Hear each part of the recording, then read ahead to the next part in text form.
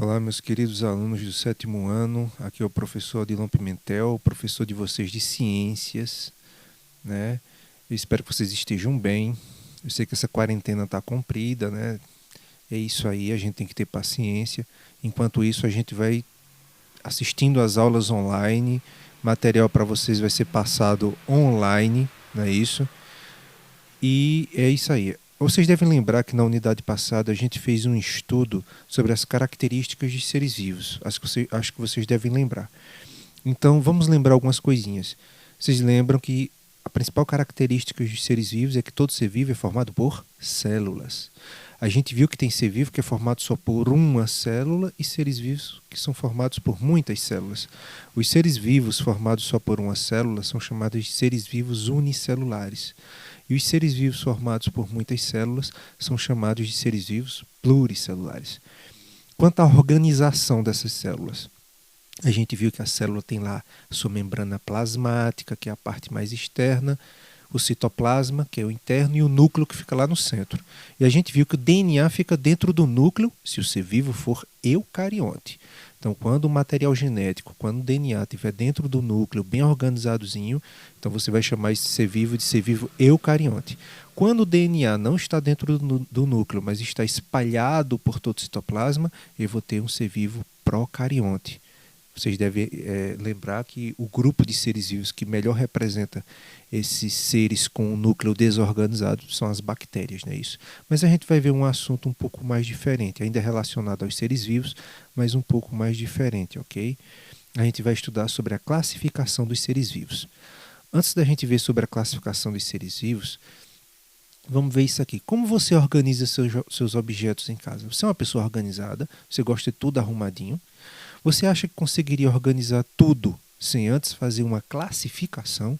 Pois é, para poder a gente organizar nossos objetos, a gente precisa classificá-los. Por exemplo, itens de música como CDs, né? Pode ser um pendrive com música, você vai preferir guardar todos no mesmo lugar. Até mesmo se você tiver CDs, você vai querer classificar eles.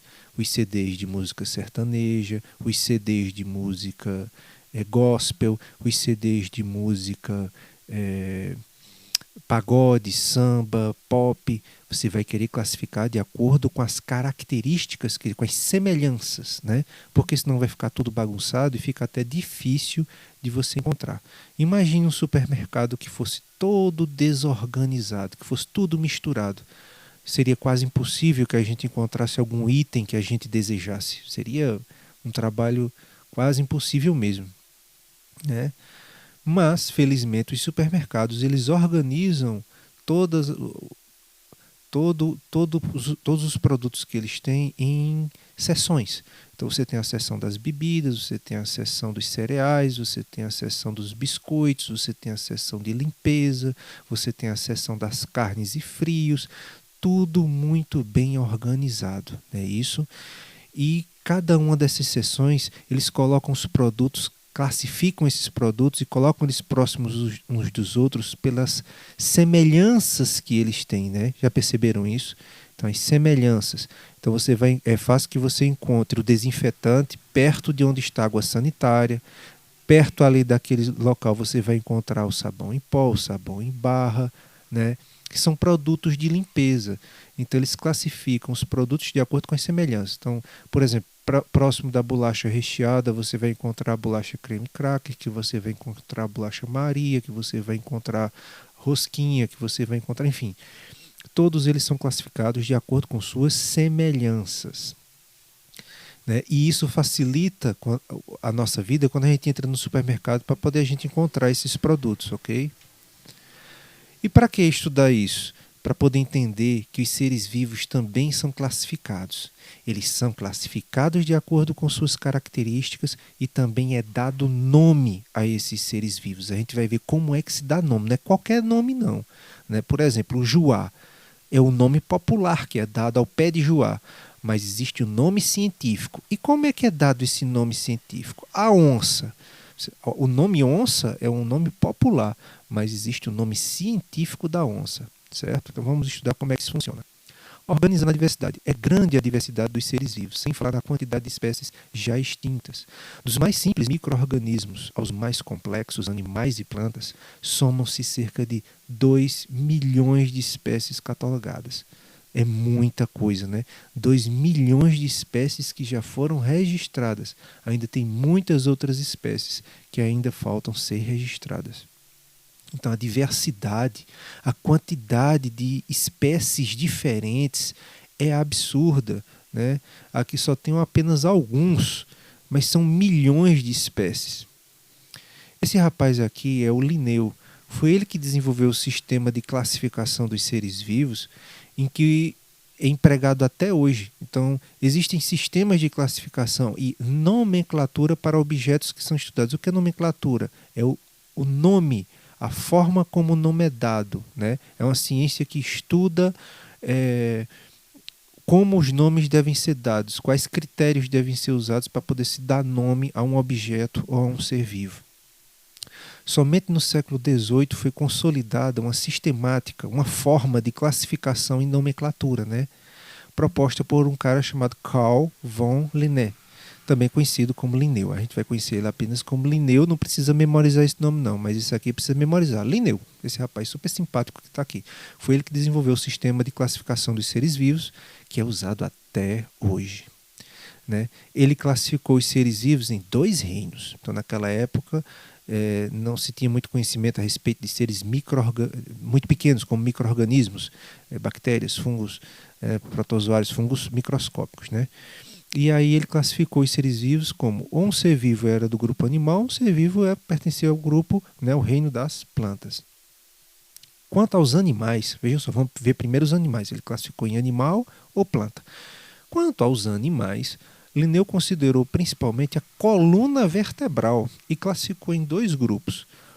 Os vertebrados, porque eles têm coluna, têm ossos, né? Tem coluna, tem vértebras, que apresentam coluna vertebral. Por exemplo, a rã, o gato, o boi, né? O cachorro, né? O macaco, né? A onça, eu, você, nós somos vertebrados porque nós temos vértebras, nós temos coluna.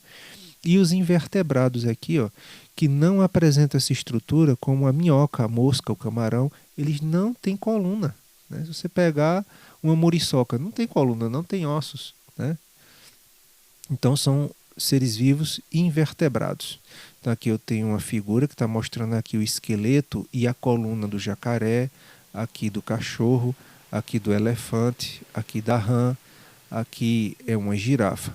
Do lado direito aqui nós temos seres vivos que são invertebrados porque eles não têm coluna, eles não possuem ossos. É o caso da joaninha, da borboleta, da formiga e do gafanhoto. Ok? Bom, e quanto às plantas? A gente viu os animais que ele classificou em vertebrado e invertebrado. As plantas, ele classificou as plantas como aquelas que têm flores e aquelas que não têm flores, com flores e sem flores. Então, nas plantas, ele considerou como mais relevante a presença ou não de flor, o órgão reprodutor, que a flor é o órgão reprodutor da planta, classificando em plantas com flores e sem flores. Então, aqui eu tenho uma planta com flor e aqui eu tenho uma samambaia que ela não coloca flores. Nomenclatura. Como é que é dado nome aos seres vivos? Para identificar objetos, para identificá-los e seres vivos, temos que lhe dar nomes. Tudo que a gente conhece, a gente dá nome, né? Casa, livro, pão, roseira, gato, formiga, peixe, panela, caçarola, né? A mesa, a cadeira, o sofá, tudo tem nome, certo? Para o nome das espécies e de seus grupamentos, deve ser dado em latim. Que é isso? Que é o latim? Latim é uma língua que era falada há mais de 2000 anos atrás. Essa língua deixou de existir. Hoje nenhum país fala mais essa língua, certo? E ela é usada para essas questões científicas, especialmente para dar nome, porque é o idioma usado nas publicações científicas daquela época. E também para que nenhum país fique com raiva, né? Vamos usar o inglês, vamos usar o chinês, vamos usar o português. Não, vamos usar uma língua que não existe mais, só assim ninguém fica com raiva. Né? Além disso, deve haver 2 nomes. Veja só. Tem gente que tem o nome João Pedro, Maria Cecília, Pedro Henrique. São nomes compostos. Né?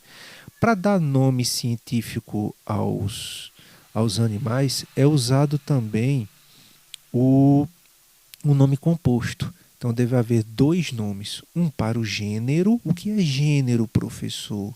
Gênero é o grupo em que seres vivos são parecidos entre si, eles têm similaridades, né? Eles têm semelhanças. Por exemplo, o cachorro, ele é parecido com o lobo? É. Então vamos considerar que eles participam do mesmo gênero. Então eles vão ter o mesmo nome. Qual é o gênero deles? É o canis. Perceba, cachorro, lobo, raposo, raposa. Pronto, tá vendo com raposo? É o macho da raposa. A raposa, eles não são parecidos? São. Então eles pertencem a um mesmo gênero, o gênero Canis. Então o primeiro nome deles vai ser o nome do gênero, Canis. Aqui é Canis, aqui é Canis. O segundo nome vai ser o nome da espécie. Por exemplo, do cachorro doméstico, né, do cão doméstico, o segundo nome vai ser Familiares.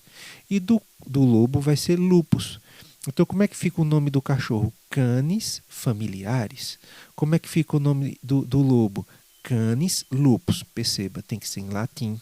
O nome é composto, ou seja, são dois nomes. O primeiro nome representa um grupo maior, que é o gênero, que é o grupo de espécies que são parecidas entre si, que guardam semelhanças entre si. E o segundo nome é o que distingue um do outro, que é o nome da espécie. Canis familiares, Canis lupus. A primeira palavra, né, do nome que é dado em latim, que é esse nome composto, a inicial tem que ser maiúscula.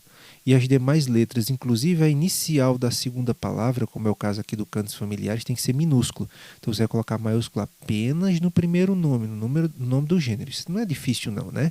Então a primeira palavra deve ser escrita com inicial maiúscula, que corresponde ao gênero, grupo que inclui várias espécies semelhantes.